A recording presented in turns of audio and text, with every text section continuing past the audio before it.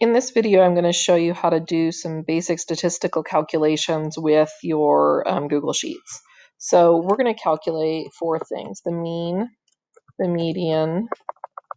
You can just type headings here: median, the standard deviation, and the one we calculate is the population standard deviation. So that'll make sense when we choose the value. And then we're going to calculate the range.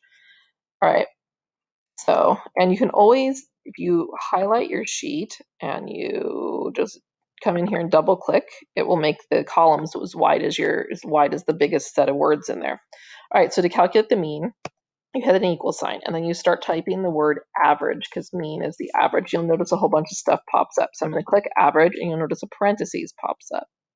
Then I'm going to grab the data because this is the data that I want to take the average or the mean of. And then I close the parentheses and I hit enter and there's my mean of that data. Get the median, it's very similar. It's equals and you start typing the word median.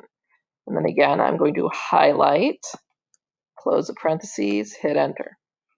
And then I'm going to do standard deviation. So I'm going to hit an equal sign, standard deviation. Notice a lot of stuff pops up, but the standard deviation we want is the population standard deviation. So we're going to grab that one and hit enter. Highlight it, hit enter. And then the range. This one's a little bit tricky because remember your range is your biggest number minus your smallest number. And rather than looking through the list to find all of that stuff, we're going to go ahead and use the spreadsheet to do the work for us. So I'm going to hit equals max parentheses. So for our biggest number, and I'm going to highlight the list so it'll find our biggest number. I'm going to close the parentheses and hit a minus sign. I'm going to start typing min parentheses. And then I'm going to highlight the list again. Then I'm going to close the parentheses and hit enter. And there's our range of values.